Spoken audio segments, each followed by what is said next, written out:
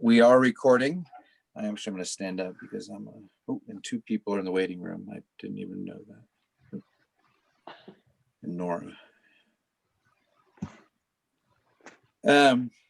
Okay.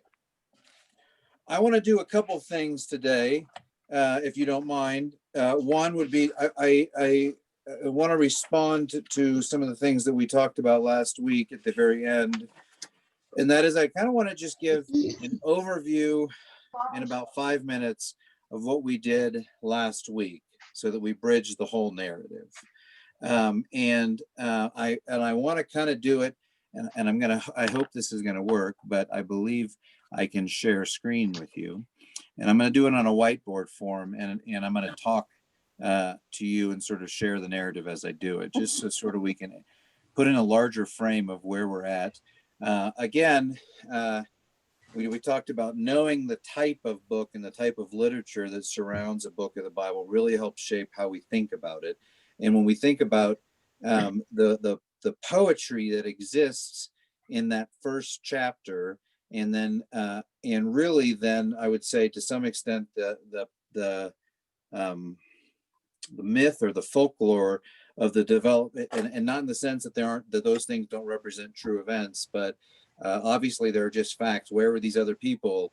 Were Cain and Abel the first descendants? Were there more other ones? What happened? What was the metaphysical nature? All these things we can't answer. So we have no other option than to say that really the first 11 chapters of Genesis deal with this sort of myth narrative or explanation for creation, or and again, that came out of oral tradition that came for many years through Israel and was eventually written down, but was originally thought to be received in understanding by Moses and then penned. And then that way Moses, as we'll see today as we look into Exodus, was a part of that literary tradition. But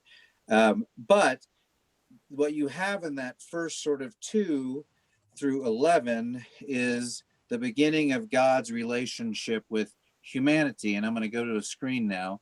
And if this doesn't work, tell me and I can just stop it, but then I won't be able to. But I'm going to try to whiteboard. All right. And you can't see me anymore, I believe. I'm going to put this down on my. Right now I can see a few. Can you see me in another video? Yes. Okay. What I want to do is I kind of want to just, and if this doesn't work, I'll change it up, but tell me if it works. Let's go back just so it's easier. You have the beginning of time and you have creation. Can you see that? Yes. Okay. So this is great. You have beginning of time, you have day and night separated. You have this creation account, and then God eventually creates Adam and Eve and puts them in a garden with the garden tree and says, don't eat from it. And this relationship was established in a covenant where God said, be fruitful and multiply, because the vision was that there'd be lots of people filling the earth everywhere. And it wasn't just Adam and Eve hanging out, but this was a multiplication. So we know they had reproductive qualities at that time. Well, we know in the story that eventually the fall happened because the serpent came and things were fractured between God, and Adam and Eve had to take off. And so you have them in that early state, but now they're fallen. I mean, those are sad faces if you can't tell. They're sad now because they've left. And they have little Cain and Abel, and other kids were probably there at the time. We don't know. But what we do know is that from this story of Cain and Abel, that sin, we start to see the manifestations of generational sin, that sin was transferred down. And then you have this time where it's slowly starting to move down this path. Let me see where I want to make sure I get the reference right here. Where is it?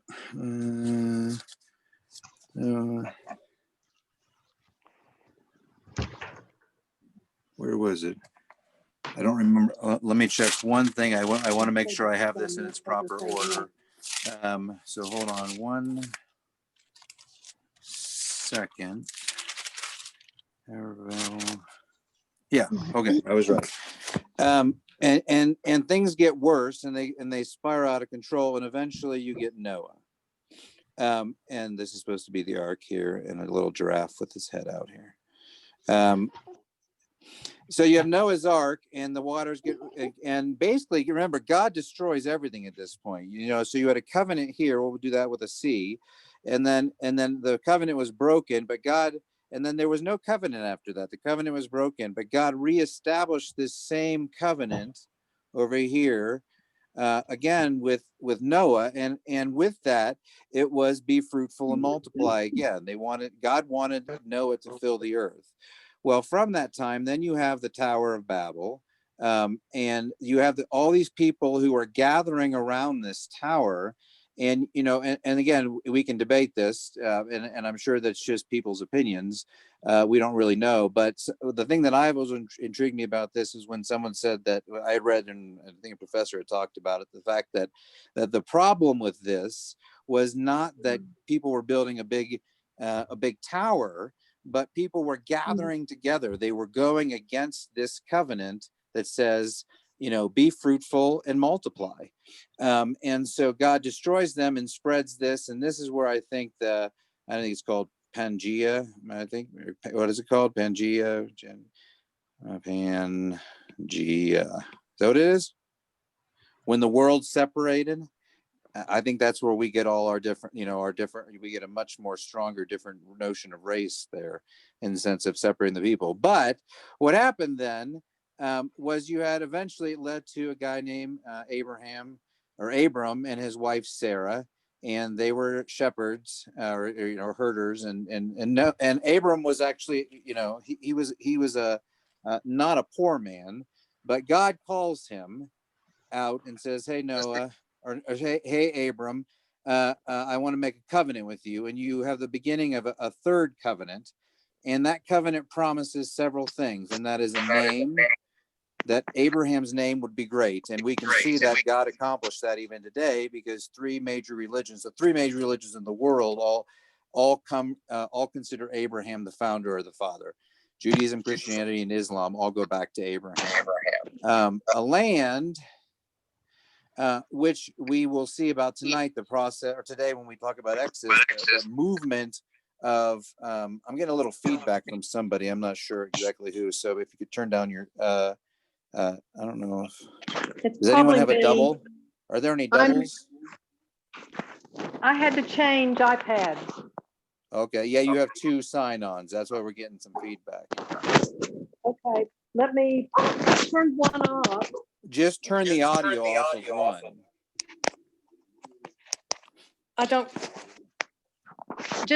I'm going to turn them both off, Jason. Go ahead. I'm finished. No, don't turn them both off. Yeah, I can. I've got no battery on one, so when I turn the other one on, Well, just turn the one off with no battery and the other will be fine. I did. Oh, then I can kick you out. Which one is on? Or the one you're on is the good one? Just kick me out. And then you're going to log back in? I don't know, maybe.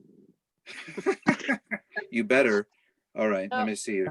I got two Janice Harris's. I'm going to do this one, and I'm going to remove. Out. Just wait a second. Are you still there? I can hear you. The problem is solved. All right. So God promised Abram name, a land, and descendants. How do you spell descendants? DESCENDANTS. Descendants. There. And you will see the development of that. And interestingly enough, as I was preparing for today and looking at the story of Exodus, that this we'll come back to this notion of descendants, that happened primarily during the period of slavery. So God was building a nation through one of the hardest times of Israel's lives, 400 and some years of slavery. We see this development. So what happened then, we talked about last week, then this covenant that extended to Abraham, to his son Isaac, and then through Jacob, and Esau was his brother, But remember, Jacob was chosen over Esau by God. So you have instances of God's divine providence leading this extension of the covenant. And then Jacob, you have Joseph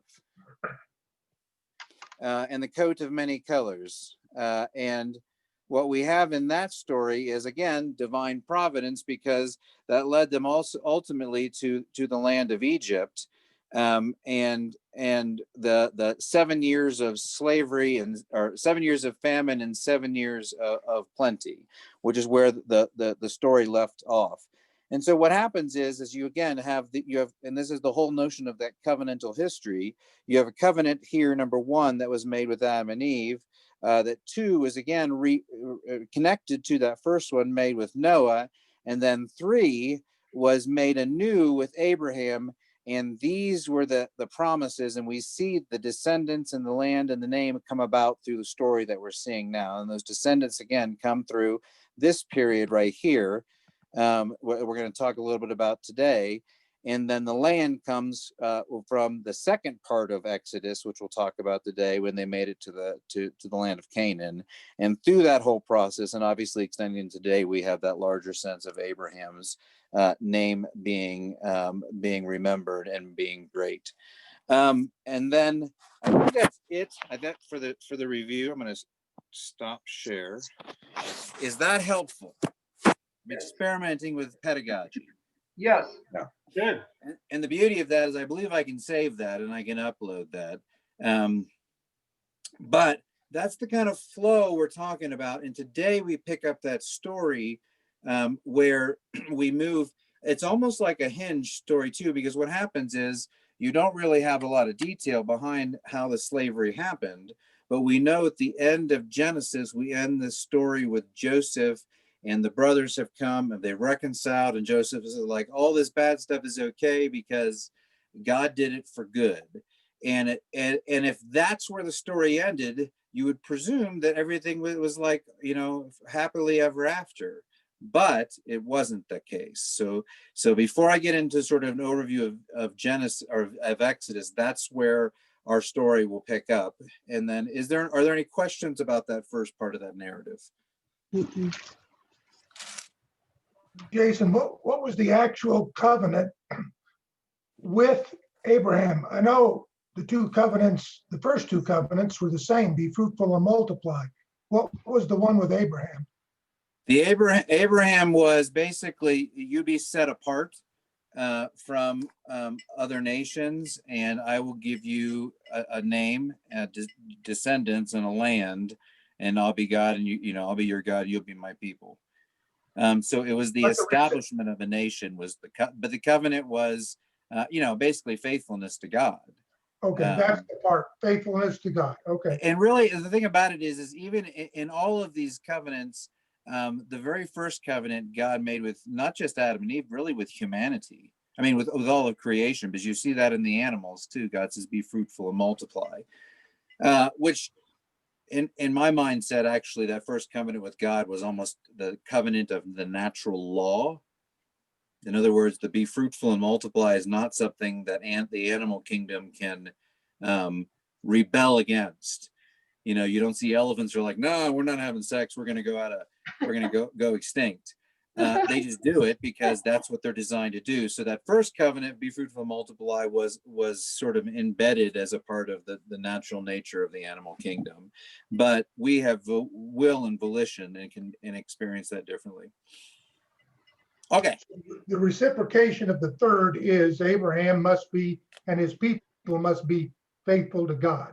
Be separate. And that's why the sign of the covenant was given to Abraham of circumcision. And the idea was, again, it's funny, as I was thinking about some of you might have heard me mention that I'm recently playing a board game called Root, which is like this woodland creature game, and these factions are sort of build. And so the kids and we're sort of messing around with this game. But what I realized as I was reading, about God's promise to Abraham was that you can't really occupy a land if there's like three of you. no one marched into the land with 3 people and are like, hey, we're here to take over the land, unless you're like a giant transformer or something like that. But and en route, this little game where, you're like these little That's from woodland creatures Calvary. trying to battle for these clearings. You can't just go into clearings with 1 or 2 of you. You gotta recruit and multiply you and build your forces before you go in. And it's interesting. This is just something I was thinking about today, that basically that's what we're going to see happen in Exodus. We're going to see God build a mass of people. And that's one of the things that actually ultimately led to slavery, was that as the Israelites, all the Jews moved to Egypt, is because that's where Joseph was, and they were taken care of. Well, they prospered there for some time, and as they prospered, they grew in number, and it became a threat to the Pharaoh, it's presumed, and that the Pharaoh then enslaved them and actually offered some form of genocide prior to even prior and during that enslavement. So the sense of their enslavement was not by chance. It was almost as if you end this book where it says Joseph saying that God allowed this to happen for good. And then after those 7 years in plenty, they carry on. And after, probably, I don't know how many decades or, but that's over some time, those very blessings turn into enslavement. That leads to, 400 years of Israelite slavery. But during that time of Israelite slavery, there was still growing populations of Israelites, and more slaves were bred and more slaves were bred. So there was a people, so that when the Israelites came through the desert, as we'll see today's story, and went to occupy Canaan, again, a battle wasn't going to happen with 3 of them. So if anyone wants to play this root game with me, I'll teach you. All right. Any other questions about last week? Jason, I have a question. Go for it. When they talk about the 12 tribes in the beginning, was it true, trying to remember back, that God wanted those 12 tribes to procreate? And was it true that it didn't matter if it was brother, sister, or not? I vaguely remember reading about that. I'd have to have a specific point of reference, but by the sheer fact that at some point in Levitical law, they had to say, don't have sex with your brother or sister, my guess is they were probably addressing an issue. They weren't just trying to be thorough. Okay. And again, but there's a different sense, that this is the funny thing about it. We have to think back to, 1, the Holy Spirit didn't dwell in them. 2, they didn't have a clue what this was all about. We have the benefit of a Bible and a community and structures that help us understand all of this. They didn't have any idea what it meant. And in fact, if it works, I'll show you a video here shortly. The one that I've been mentioning, I found a little 2-minute clip of this Homer Simpson's one where the 10 Commandments were given. I don't know if it'll play, but I'm going to try. But that they didn't know, in other words, until the 10 Commandments happened, they really didn't have a sense of, is this right, wrong? Who are you to judge? There was no sense of overarching authority that set a identity of what and they were, obviously there was a Sabbath and keep it holy, and there were other things like that. So there were small things, but the 10 Commandments were this major movement of saying, this is what will define you as being different. Again, 400 years of slavery, the Israelites didn't have Sabbath. It was slavery, work every day. It was perpetually. There was no sense of time or space. Every day you got up and you made bricks and you built stuff. So that happens today too, Jason. oh, absolutely. In America alone, every time you can just go to, anytime we have immigrants coming to America, when they start getting a large population, then all of a sudden, the immigrants, the Irish, the Italians, the Germans, it still happens today. It's the nature of humanity, and it's the nature of having, European countries fought hard for those borders. Those weren't, there's not like a bunch of Europeans got together and like, how do we want to divide up our countries? Those were, it's like, those happened over hundreds of years. And we forget that because we're such a new country, and we are a country of immigrants. So yeah, the change is inevitable in the sense of that regard. So, Anyway, okay, well, let's look at the book of Exodus. Let me give you a few arching things, and then we'll walk through the narrative, and I'll point to some themes. Again, along the way, if you, I have a few passages that we'll read. I don't know if there will be reading for everyone, but we'll kind of work our way through that. As I had mentioned, the irony of the book is, and I've really never thought about that, but the very notion that Israel was being saved and brought into Egypt, and then starting with basically the enslavement that happened after that. It's kind of like the fulfillment of this idea of a growing population in the fulfillment of this promise of descendants that came from Isaac. All of a sudden flips on them because of the sheer size of their growth. They become ultimately enslaved in Egypt, and for hundreds of years, 400 years. By that time, Jacob's name, or the notion of Israel, of Abraham, Isaac, and Jacob, had grown, and in that sense of a nation had already been established. The first half of this of Exodus, really, so 1 through 15, deals with the Israelite captivity in Egypt, and then from 16 to 40, you have the Exodus into the wilderness and the establishment of people, ending with the building of the first temple.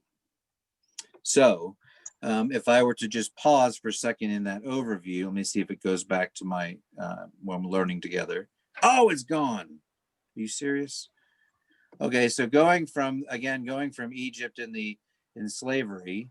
I gotta put this down if I'm going to draw, though I can't draw up on a vertical screen. And then you have the Exodus over the Red Sea. So you have the people who go across, and then you have this time where they were in the mountains in the wilderness, and then from that you have the 10 Commandments that are eventually given to them, and then they're in the land of Canaan where they basically build a temple. And this is essentially what Exodus is about. So this is my temple. Put a little dome on it. It's a sloppy dome. There you go. Okay, does that make sense? So this is the kind of timeline we're looking at. So we have 400 years of slavery in the Egypt, and then you have Moses come, and you have the 10 plagues, and then you have the Exodus, which leads all the people across the Red Sea, and if you've never seen the movie Charleston Heston's version of the 10 Commandments, you should. And then there's a time in the wilderness, and God is providing for them there. And then you have this interaction, this sort of influx of God working. You have the stories of providing in different ways, but ultimately you have the 10 Commandments, where Moses is holding these 10 Commandments up here, and all the people are down here, and there's golden calf. There you go. And when that happens and they reestablish these 10 Commandments, from that, the last portion, the last, 10 chapters or so of Exodus, it's really about the beginning of a temple. And what I want to point out in this, since I've drawn this, is that this is also about the God's proximity to Israel. So what happens is God was a real live player, and you had God calling Abraham and Isaac in the story back here. And then you have 400 years where is God in this? 400 years of slavery. That's older than our country. Where was God in that slavery? Why would you follow a God that you feel like has abandoned you? Why would you, so the idea of that why they may remain faithful in that, or barely faithful in that, is just sort of a point of saying that God was distant.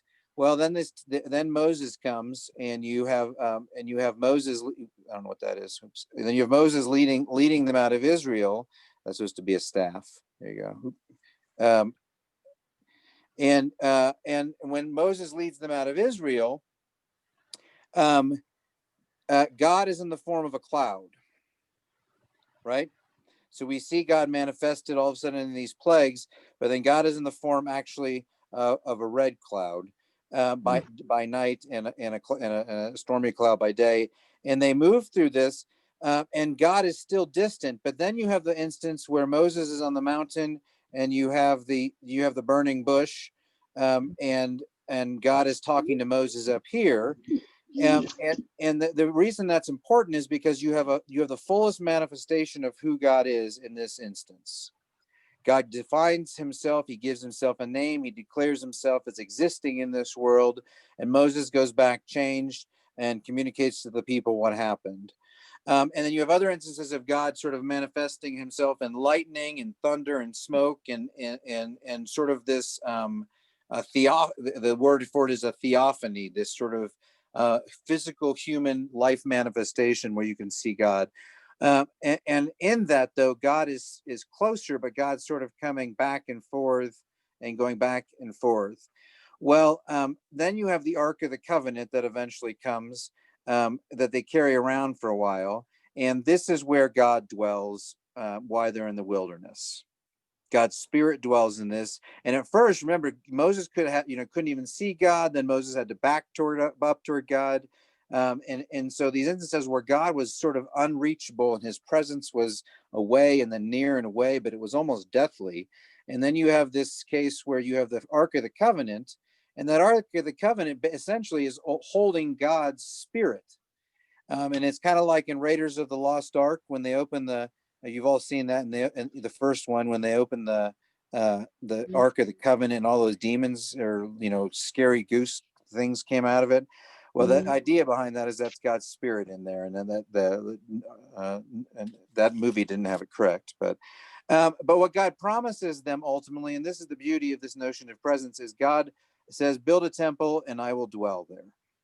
So the beginning of the construction of a temple happens, and ultimately, what the goal of that is that God's spirit would dwell in this temple, and so what you have is a God that was not here early on. You have, again, this question mark of where is God, and you have this sort of physical manifestation of God to a real manifestation of God in a bush, and then it moves closer and closer, and eventually it comes down to an ark, and then a permanent resting place that ultimately is where God dwells. And then just skipping ahead to the new covenant, this is what makes God's indwelling in us so significant, because it was God hanging out with us in a garden, and then God took off, and then the development of people, there were some interactions, but then at some point God was gone at 400 years of slavery, and then you see this movement of God towards Israel closer and closer, and then you get to the point in the next covenant, after we look at Moses's covenant, we get the Davidic covenant where God's like, I'm never taking my love away from you, no matter what you do, no matter how many times you screw up, I'm just going to be with you forever. And then the last covenant, the new covenant that includes us, says, I'm going to dwell in you and make you my temple. All right. Is that too much? I got kind of preachy there, but sometimes that happens. Go figure. So that's kind of so as we go through the narrative in a little more detail, you're going to have, again, this idea of who God is, and to Israel. And then the second half is sort of that showing or demonstrating God's proximity to Israel as a whole. Yeah. Were they doing any type of rituals prior when they were in Egypt? Because you said they kept Jacob and Isaac and Abraham. So they must have been doing some type of a religious rites of some kind.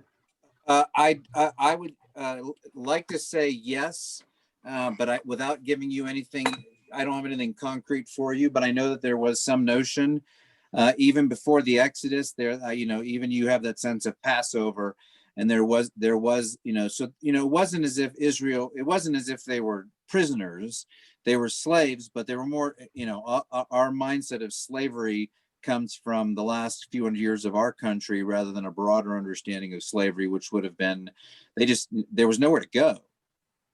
you know, you go out, if you leave, even if they were to escape, you'd wander through the desert without, you know, you know, so the enslavement was a cultural and a societal enslavement, not like an individual or personal enslavement. I mean, the same thing for you know, for Africans who were first brought here. Where were they going to go? So there's, you know, there's an enslavement that happens there. And no, did they have rituals? I'm sure. I mean, human creatures have rituals. Anthropologically, we all develop rituals of meaning and significance. And if you had this oral tradition of passing down this idea that the God of Israel came down and called Abraham specifically and had this long, you know, and that story would have been shared again and again. That story would have been the most identifying factor for those Israelites in that era.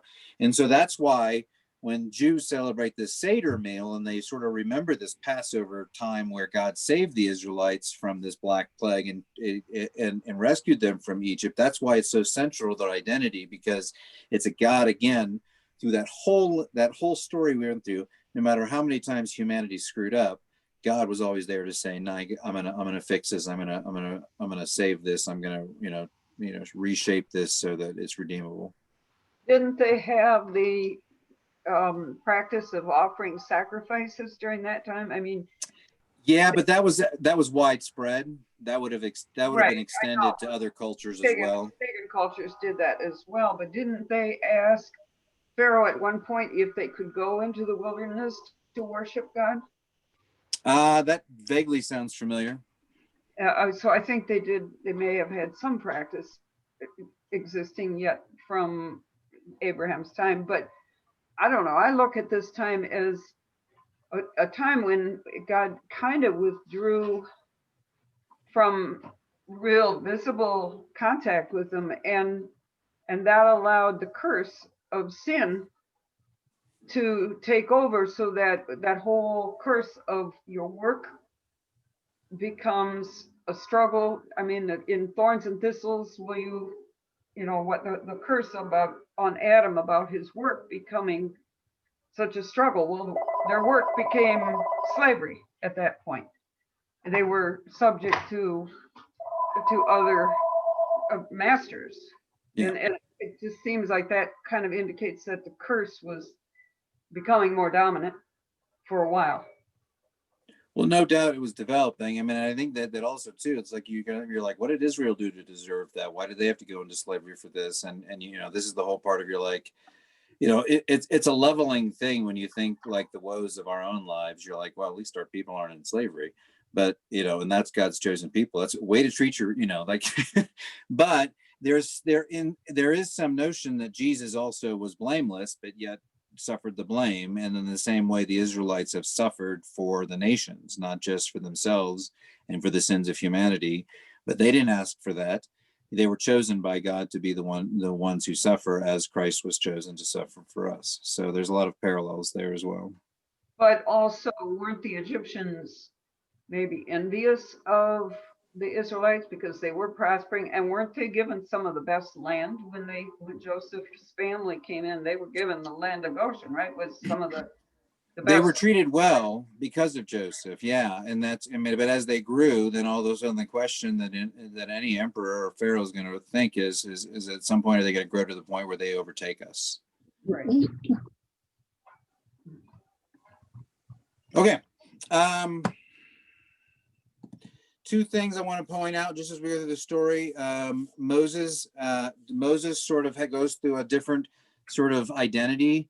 I don't know if you ever see that, you know, any of the Moses narrations, but he goes from sort of a mixed identity. We know that he's, you know, truly an Israelite, but he's raised an Egyptian.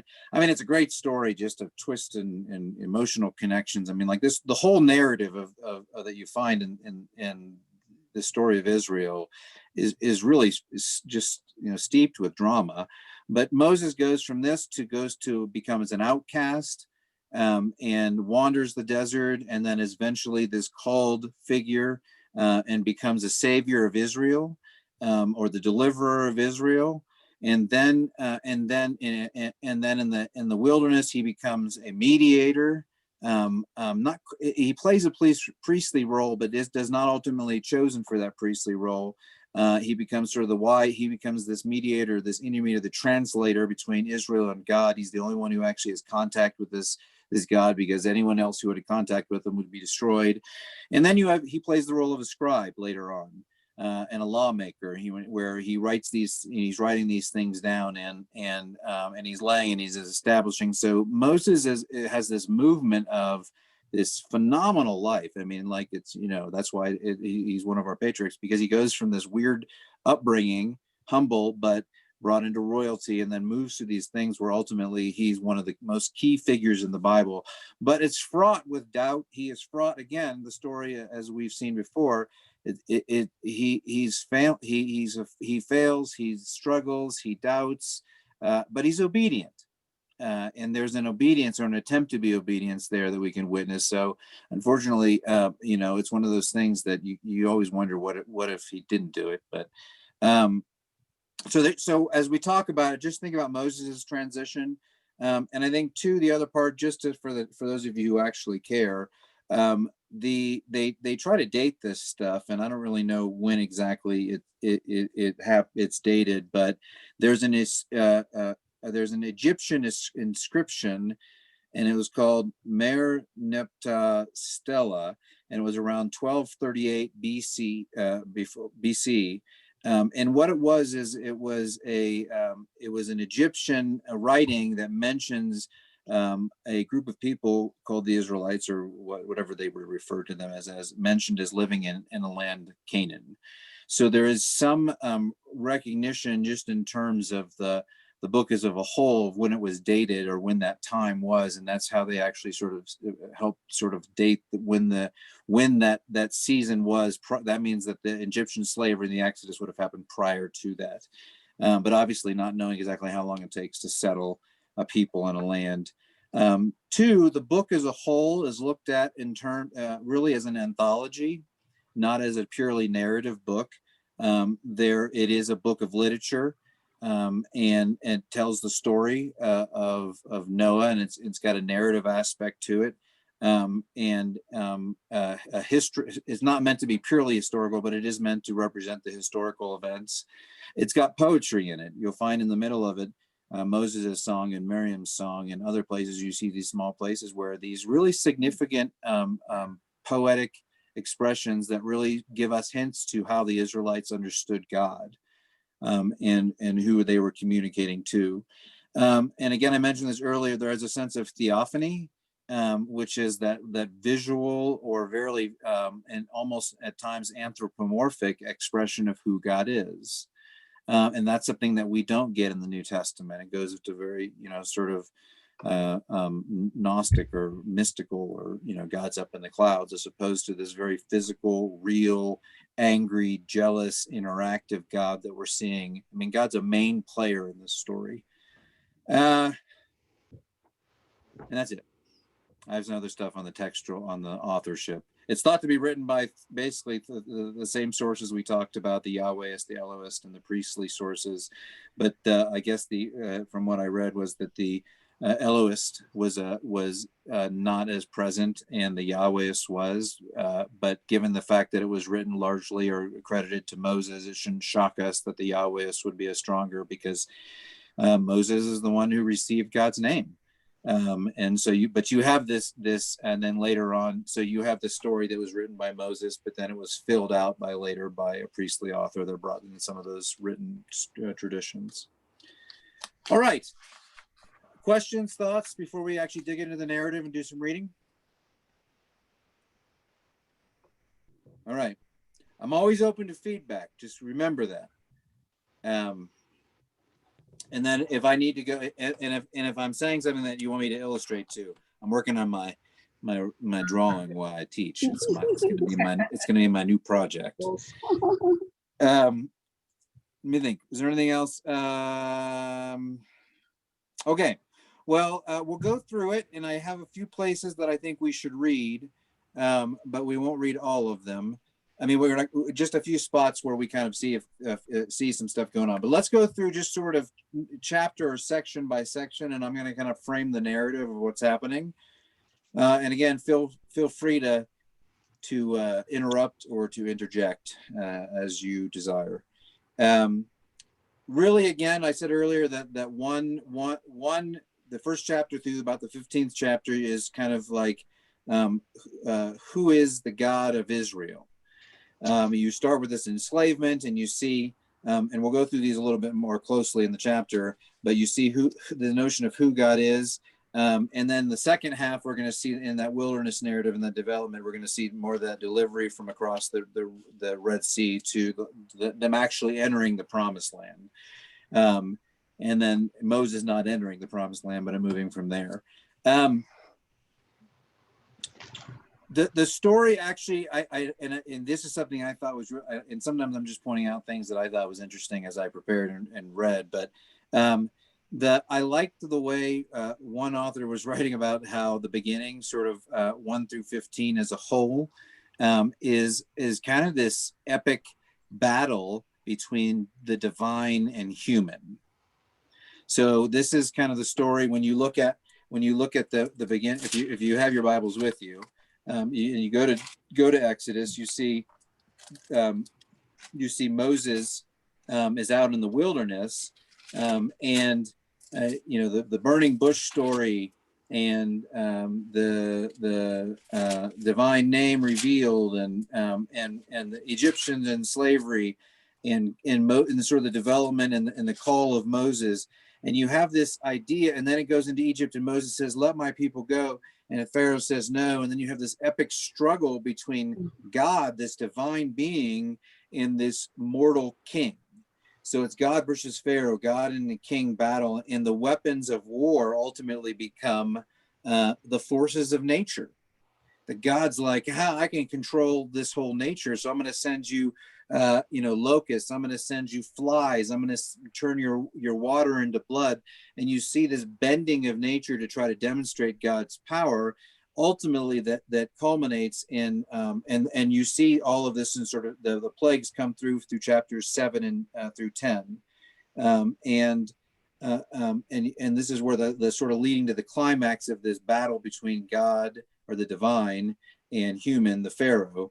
And then 11:12, you have this story of this black plague, of the destroyer, and this and it basically goes through, and you have the first notion of Passover where God says, sacrifice a lamb and put the blood above your doorpost, and that's how this black smoke will know who is in the house and who is not. So theoretically, maybe someone else could have done and put some blood up there. I don't know if it was like God, but you have this real genuine sense of God sending this black smoke, and I have always pictured it like that story of the 10 Commandments. With Charlton Heston, this sort of black fog going through, but I don't know, it could have just been instantaneous. I don't really know what, but it does say, sort of the creepiness of it. But the idea that God demonstrated a divine being, God, the God we serve, the God that is the same yesterday, today, and tomorrow, let his people in slavery, sit in slavery for 400 years, eventually delivers them, and spites the Egyptians and their crops and their children and their water, and ultimately leading to the death of their firstborn sons.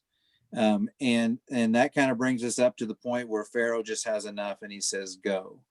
So my question for you in this, and this is the interactive part, how do you feel about a God that is the center of this story, where he keeps redeeming people in Israel and the earth, but now all of a sudden is the bringer of awfulness and death?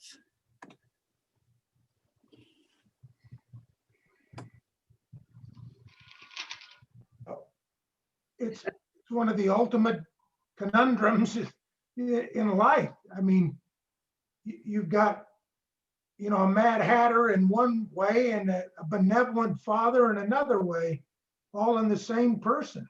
I mean, it's hard to comprehend that you could have somebody that diverse emotionally. I mean, it really is to me. Yeah, absolutely. But it's the difference of the New Testament and the Old Testament. I mean, it's night and day. The personality of God seems to be night and day in the New Testament and the Old Testament to me. Mm-hmm. Absolutely. And the part that always bothered me was when Moses would go to Pharaoh and say, "Let my people go." And Pharaoh might even almost consider it, and then it would say that God hardened his heart.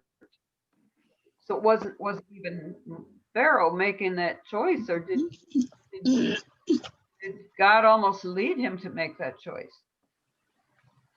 And it does say in before that, just to be clear, that Pharaoh hardened his heart, and then it said God hardened his heart. So the Lutherans, I think I mentioned this before, the Lutherans have a doctrine of resistible grace, that God gives us grace, gives you grace, but we have the power to resist that grace. And in that instance, that God removed the power for him to resist and just did it and took it upon himself to reject. Jason, why didn't the Pharaoh, I'm surprised that, hey, you do this, I'm going to kill you. Why didn't he kill Moses? What do you mean? Why did he just up and kill Moses? Yeah. I mean, why, he does a plague, he kills people, and then he goes, I'm going to. Well, as the Disney feature, the Prince of Egypt illustrates, there was a deep relationship between Ramses II and Moses. They were brothers. How do you and actually I think that if you've never seen the cartoon or the animation, I don't know if it's just it really is good, and it's not 100% biblically accurate, but it does, and it embellishes a few parts, but really it represents some of the very human side of what it would have been like to be Moses. And there's this like battle between these brothers who grew up not knowing themselves anything other than blood brothers. And how do you kill your, and maybe or maybe it was God's protection. Maybe they were afraid of revolt. Yeah. Okay. So you have this ultimate loss where, and again, I picture that Prince of Egypt. Since I would say none of you are quarantined. I feel like everyone's quarantined right now. I was gonna say, in your quarantine time, in my quarantine time, watch the Prince of Egypt. And I think it's actually, the Ten Commandments, the Charleston Heston one's a bit long. We used to do that one at Christmas, but that cartoon is actually really good in terms of portraying that, because there was a moment where I can see it in my head where the Pharaoh's just like, go, like, I can't take it anymore. Tell us which cartoon you're referring to. So it's called The Prince of Egypt. Prince of Egypt. Okay. I think it's a Disney or a Pixar, one of those. I don't know. Disney. I thought it was Disney, but he says go, and all of a sudden, this is the notion of, we got to leave now. Take everything you can. There's no time for the bread to leaven. This is why we use unleavened bread and stuff, because it's a reminder of the time where they had to leave. They had to grab whatever they could. They go, they get to the point, they hit this Red Sea, and they're like, we can't cross. What's going to happen? And then, and God's this cloud that's coming over them, and they get to the Red Sea. And this is like the famous scene in Charleston Heston movie where God, Moses puts the staff down and the waters part and they spread up real high. But this sea is like long, like miles long. I don't remember the exact length of. I mean, it wasn't like they just crossed over a creek. It was like I don't know why I said creek. I was raised saying creek, but for some reason it came out crick in that moment. But they cross this giant mass of water and they get to the other side, and then the Israelites are freaking out again, like, oh, here come because then at that moment Pharaoh has Ramses has a change of heart, and it happened in the middle of the night. He changed, and again, is that God pushing that or otherwise? I don't know. But they all come after them. They get full battalion. They get all their chariots, and they go after them. And it's just in that moment where those chariots make it in the middle of the water, and boom, it comes crashing down. And it's this fantastic sort of, God is sweeping away the military forces of what held them in captive for 400 years. And now they have this mass body of water separating them from what they imagine is a land flowing with milk and honey. Well, they don't know that they're not done being refined yet. So what we have in the rest of this story is the refinement process of God shaping a people in preparation. So at this point, Abraham's name was strong, still growing. They finally had a people. They had multiplied. They were strong. They had the strength. They had a strong enough base to go out into the wilderness and survive this process so that they could establish a land. And for the rest of the book, we have this story of how they entered the land. I want to read. And then in chapter 15, you have the hymns of praise. And that is, if you turn to your chapter 15, you have the Song of Moses, and then you have the Song of Miriam. And what's interesting about those is they portray God as this like destroyer, military might, military power. And when you think about this idea in the psyche of the Israelites, this God of power and of might that destroyed the enemy, it shouldn't shock us that when the oral tradition was being passed down from generation to generation of God's mighty military deeds against those who opposed Israel, that when it comes time to Jesus's day and age, that there still is this sentiment of God is going to come destroy the forces that oppose the Israelites and reestablish them as a nation. So in other words, Simon the Zealot and Peter slicing off the ear and all of and Judas wanting Jesus to get his act together to kind of turn over the government. Those are all valid, real responses to an enculturated understanding of the God of the Israelites being one that destroyed, one that was the military, power that overcame the other nations.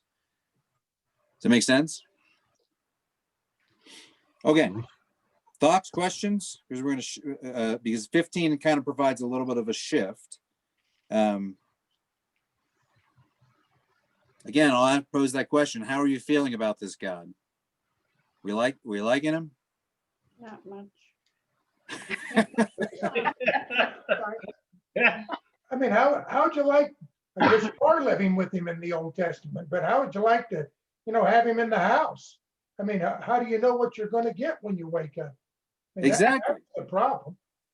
I mean, every day he could be benevolent, or he could be just what you said, a destroyer. Hard to trust. Hard to trust. Good point. Well, one thing. That's why the Israelites were afraid of him, weren't they? I mean, they'd say, Moses, you go talk for us, because they were afraid of him. Yeah. What were you going to say, Danny? Well, I was just saying, and I think Jim and Glenda have mentioned it. Do you think there is such a difference between the Old Testament and all of the fighting and killing and everything, and then Jesus came along and he very definitely had a whole different take on all this? Do you think God thought about the Old Testament, the way he was doing things, and thought, well, let's try something new? Well, What? It wasn't working. They needed a change. I don't think God changes. Well, he does change his mind. I mean, the Bible talks about that once in a while, that God regretted, God changed his mind, God is jealous. right. So there's a whole school of thought, and it comes out of something called process theology, which says that the divine project is one of God's actual unfolding with us. In other words, God doesn't have foreknowledge. God can intelligently guess what humans will do, but there's a genuine free will, a very strong notion of free will and human agency, in that God is an active, legitimate, genuine player.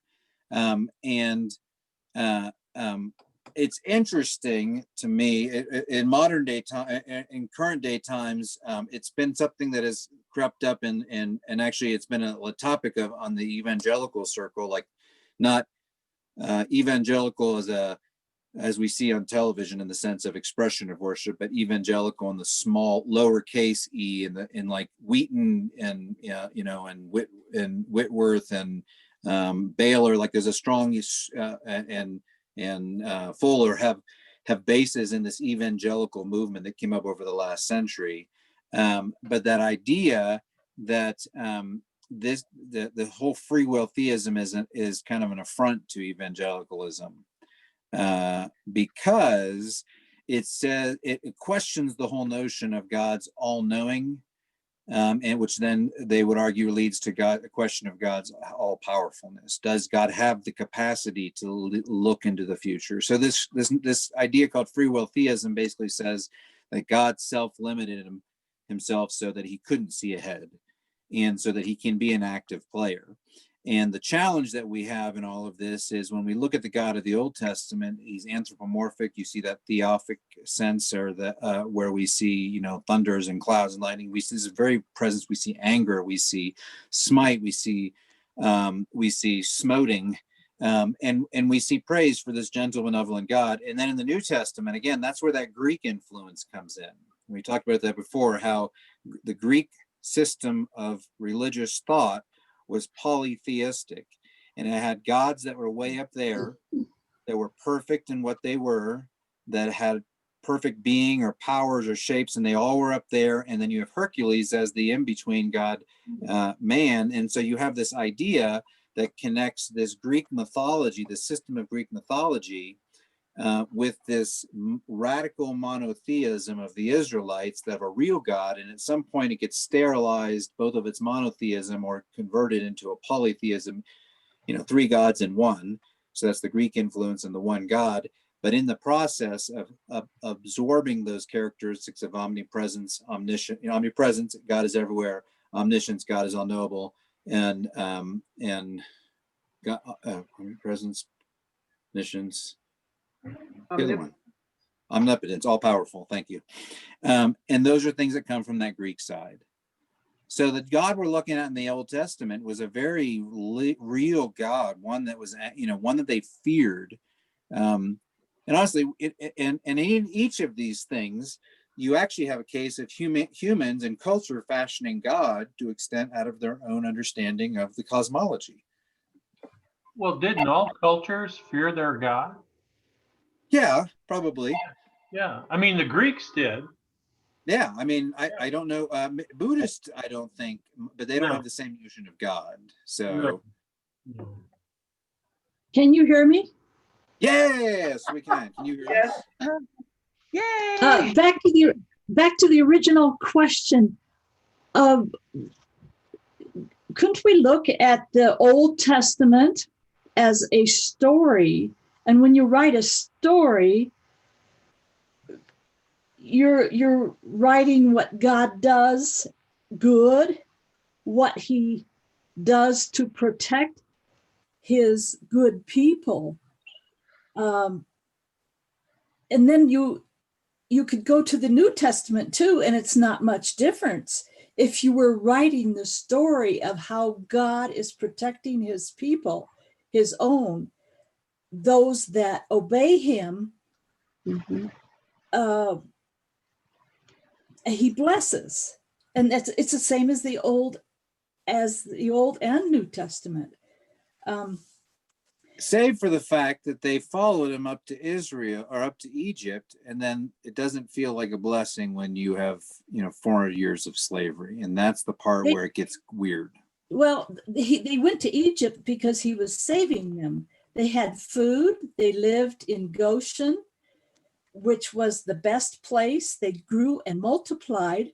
It was only halfway through, I don't know what the years were, but that they became a threat because they were so big that then the Pharaoh said, make them do this and that.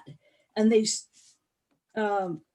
they became slaves, but they weren't harmed, and the Lord was still with them and made them, they continued to multiply according to the Bible. It says so they weren't, they were called slaves, but slaves are blessed. They weren't it doesn't say any place that they suffered, except they had to work through Sunday. It says that. Well, they killed the firstborn for a while. That's why Moses had to hide. Genocide, yeah. Right. No, I mean, Okay, you're right. I mean, there's nothing good about it. I mean, but it's nothing. There's a lot good about it. There's some bad things that happen, but God is still protecting his people and making them multiply and grow. It's just not, it's not black and white. It is, and the same is here in the New Testament and with us. It's not Yeah. black and white. I think I'm going to take a position that, Ooh, that's a lead in. uh-oh. I'm gonna take the position, I don't think the Old Testament is all that bad and distant from God, in the sense that he's very loving, that it's a growth process that we have as being a believer and a Christian. And that the start of it was the Garden of Eden, well, the beginning of Genesis, that's the foundation. And with Exodus, where we are now, that's the deliverance. Before you're a believer, you're in a kind of slavery. You don't know. You really are ignorant until you really gain knowledge, or you get to know God and who he really is. He's not some distant person. And it's all the symbolism that getting to the temple where he has knowing what sacrifices are, then you know all the more the paramount sacrifice of our Lord, what he did to cover and take care of all this. So I'm taking the position, I think he's forgiving. I mean, I was sharing with somebody way back with the second problem with Cain and Abel, where I read it, where Eve was given a second chance with Seth, and that's where the seed came forward to Christ, was through him. And so so anyway, that's just a thought. I think some people, and like Moses' mother, she knew to protect him. And even Aaron and the family, they knew God was going to deliver them. Well, and that's the point where you have to say, how does God move in individuals? And, that were they prompted by God? I mean, that to stick Moses in a basket was a pretty bold move, and not knowing what would happen to it. Why, I'm sure the Spirit in some way prompted that. But yeah, I mean, you had a question how those move. P. David, you were going to say something? Yes, I kind of feel that it all goes back to free will. I mean, if God truly gives us free will, Exactly. he doesn't know how we're going to react. And he can choose the Jews as his people, but there's still other people out there with free will, some of whom will act good, and some of whom will act bad. Exactly. I would agree. I think it's kind of constantly God reacting to the fact that he's given us free will, but he has also said that he's not going to just wipe us out like Noah, and start all over again with new people. He's going to try to deal with it, and that kind of bleeds into what Nora was talking about, that he's loving us even though we're doing things that he hates, and react to that. And that's where you, depending on, again, going back to what we said a few weeks ago, if you look at it at the 50,000 foot view, you see the narrative of this covenantal connection where God is remaining faithful, keeping things in line. But that doesn't mean there's not destruction in that. From Abraham, from Noah and the flood to, wanting to threaten Sodom and Gomorrah, to the spreading of people to different nations, there's all, God is an active player in this. So yeah, but that's a challenge, and that's the challenge we have. We often in church try to act like God is perfectly the same throughout Scripture. That's not true. I mean, God, maybe we can confess that God is the same yesterday, today, but the constant in all of this is, again, going back to the idea, we all are broken in our understanding of who God is. P. David? Yes, and I think that's what it finally happened, is God said the answer is love, and he sent us Jesus, and he forgives us for our sins, and we switch from the Old Testament God to the New Testament God, who is a God of love. Maybe So the question is what would you call God in the Old Testament? Was he a God of love? I wouldn't say that. I would say he was a God of do what I say or I'll punish you. I agree with you, Jim. I think Well, God is. God is love, because hold on, Denny's got the invisible mic. Go on, Denny. I would say God is an all-loving God as long as you're on his team. But if you're not on his team, you're history. That's right. But I also think he was also learning about humans just as we learn about ourselves, even as of today. Well, you But know, Maybe there you is- conjured up an image of what love is, and we don't know the fullness of that. Well, sometimes as Yeah. parents, we act in ways that our children would say are unloving, Mhm. but that discipline is a form of love, even if the kid is not feeling loved at the moment. Yep, I agree, Linda. And if someone tried to hurt Silas, I would defend Look at his him. fist. And let's just say theoretically that involved me killing somebody. Is my killing, taking someone's life in defense of my son, love? There's death and love involved in that. Yeah. Mhm. I don't carry a gun though. I just got these two. I'm glad we live in the New Testament times instead of the Old Testament. Yes, praise God. We'd all be in trouble. And I think the thing to keep in mind in this discussion just about the different natures of God is, again, we all fashion God to some extent in our own understanding of who we want God to be. And going back to my early comments about prayer, is God our divine butler? I mean, is God most honored just by us reaching out to God in prayer to ask stuff of him?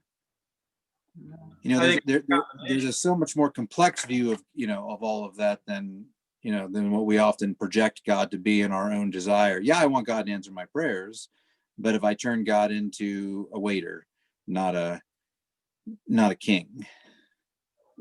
Well, prayer should be thankful and also asking. Yes. Because he tells us that. Jesus does. I think that if God is acting in the situation, that he's always acting in love. It's just that we may not realize what his reasoning behind the way he is acting is. Yeah. It's like when we're parents. Yeah, Mhm. good but example. it is confusing growing up as a young Christian that in one moment he's saying, turn the other cheek, and the other moment he's saying, take an eye for an eye. So The old versus the new. growing up, you're thinking, okay, what do I do at this point? Yeah, I mean, seriously, revenge is no joke in the Old Testament. It's all over the place. Okay, well, I think you're getting the picture of some of that, and really, if you just, I'll just sort of, and really, I think I can kind of cover the last, and if we need to pick this up next week in sort of an overview, but the second half, from really 15 to 40, you have the beginning of the Israelites in the wilderness. You have this sort of narrative through the next sort of 15 through 20 of God providing. You see God provide by making, tossing the wood into the river and making the bitter waters sweet. You see God providing in 16 with manna. You see Moses doing the rock striking in 17. So you have this sort of God is providing for these people and just a way to sustain them. And we were going to read this, but if you want to read it later because it's interesting, but the first form of church government is often thought to is coming from chapter 18, specifically verses 13 through 24, where Moses is trying to bear the burden of all the Israelites' concerns. And his father says, hey, his father-in-law Jethro says, hey, you got to really, spread out the responsibility. And you see this sort of tiered hierarchy of breaking down how this religious community ought to function and having people accountable to people, ultimately leading down to the folks in the laity, as we would call them today. 19 through 24, you have sort of this narrative of humanity drawing close to God. And God is manifested in thunder and lightning and darkness and fire. You have this sort of, again, the word is theophany, the manifestation of God physically in a metaphysical way. I'm not going to show you the Simpsons video, but I will. Maybe I'll send you the link if I remember, or just search Simpsons Bible stories, and you should watch the whole episode. It's hilarious. They do 4. It's both inappropriate and funny, as those two tend to go hand in hand, and mildly accurate. but you have this idea of this God as being scary in 19 through 24, this God that's angry and sort of disciplining a people. And you have within that, you have the narrative, of God saying, these Israelites have taken them out there and they're just grumbling and complaining, but at the same time, you can't help but feel bad for the Israelites. 25 through 31, you have the beginning of God laying out the plans for the tabernacle. So you have sort of a foreshadowing or an intentionality of God to dwell more closely with humanity. And why this is while this is happening on during that narrative, you get of sort of this idea of who God is. You get the Ten Commandments come. And again, in 32, you have the story of the golden calf, and then Moses gets mad and tosses them down. And what I do want to read you, and I'm just going to read to you today, just because of time. But if you can turn to chapter 34, it says is where God makes these new tablets and makes this covenant, and that's what I wanted to point to, this covenant, and that is found really in chapter 34. And then from 35 to 40, you have the building of the temple, you sort of narrative of the possession of the land, and then God's dwelling. And then the whole thing ends with this idea of God entering into the temple. In chapter 40, you have the narrative of God entering into the temple on the New Year's Day and embodying in a sort of physical way of smoke and fire. So you, again, going back to the beginning, you have this distant God. It comes in a cloud and closer and provides and gets intimate, and then it's hanging out in the Ark Covenant, and then finally is in the temple. So this closeness of God, but dwelling in a real, physically manifested way. But what I want to point to is this is considered a lesser covenant in the sense of it's not one of the major ones where God reorients, but this is the one where God refines. And so 34 says, my title says Moses makes new tablets. And I just want to read the first verse more because I think it's funny. And I like to point out funny things in scripture. It says, the Lord said to Moses, cut 2 tablets of stone like the former ones, and I will write on the tablets the words that were on the former tablets, comma, which you broke. That's like, God's like, I'm gonna go get some tablets because there are other one, it's the tablet, the former, it says, cut 2 tablets like the former ones, like the ones you had before, and I'll write it on those tablets like the ones that I gave you before. And then he adds on to punctuate the ones you broke, Moses. Anyway, I just thought as I was reading that was hilarious. That God, even God was like, good job, Moses. Clumsy. Yeah, clumsy. Just like that sentence. It goes back. Those are those parts like John beating Peter to the tomb, and no one will ever know. That's what you think. But he says in verse 10, so he goes through and and God makes this covenant and with Moses, and he says to him, to verse 10, here I make I'm going to skip ahead, but here I make a covenant before all your people. I'll perform marvels such as have not been performed in all of the earth or in any nation, and all the people among you whom you live shall see the work of the Lord, for it is an awesome thing that I would do with you. So God's making this brand new covenant. And then he goes through and he basically says, you're going to take the land from them. And then he kind of goes through sort of this kind of a little bit of a 10 Commandment-esque, you shall not make cast idols. You shall keep a festival of unleavened bread. 7 days you shall eat it. And he kind of refines those. But then he goes down and these are like the first laws beyond the 10 Commandments.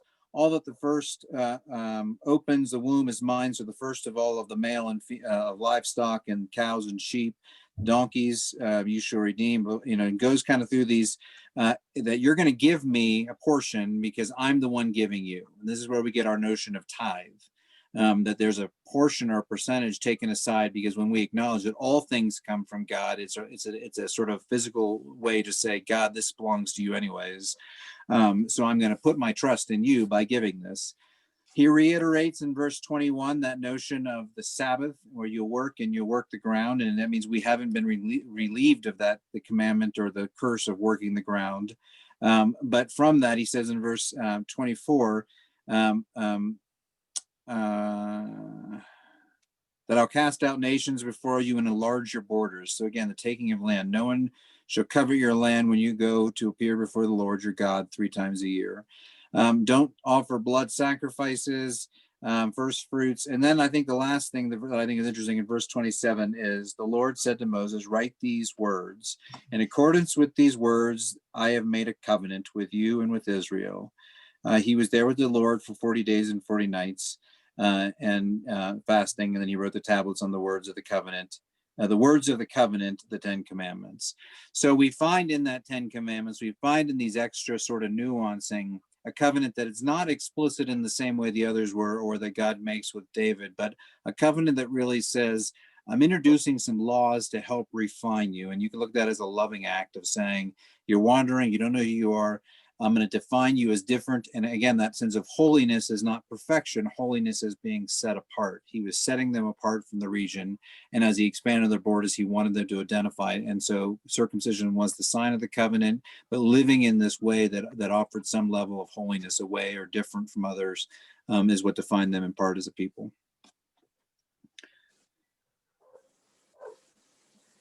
Yep, P. David. But with Jesus says, I give you a new commandment. Love God with all your heart and all your mind, and love your neighbor as yourself. I mean, he reduced all those 10 down to 2. And your enemies. And maybe that's what God was hoping would happen at the beginning. And then he was like, well, I guess I got to spell it out for him. Yeah, okay. And that's what you want to see the video. Let me see if I can play the video. Sure. Yeah. See it. All right. Yeah. Well, if you need to go, blessings as you go. But we'll end with the video and then we'll come back and we can all laugh and then we can go from there. Let me see if I can get that to share. Okay. Battery ran out, but I'm listening. All right. Well, where is it? URL. Share. There may be a political ad that pops up first, but I think if I wait a second. There it goes. Let me make it big on my screen. Your browser doesn't support. Can you all see that though? Yeah. Yes. Okay. And make sure if you can't hear the sound when I hit play, let me know by waving your hands or something. Okay.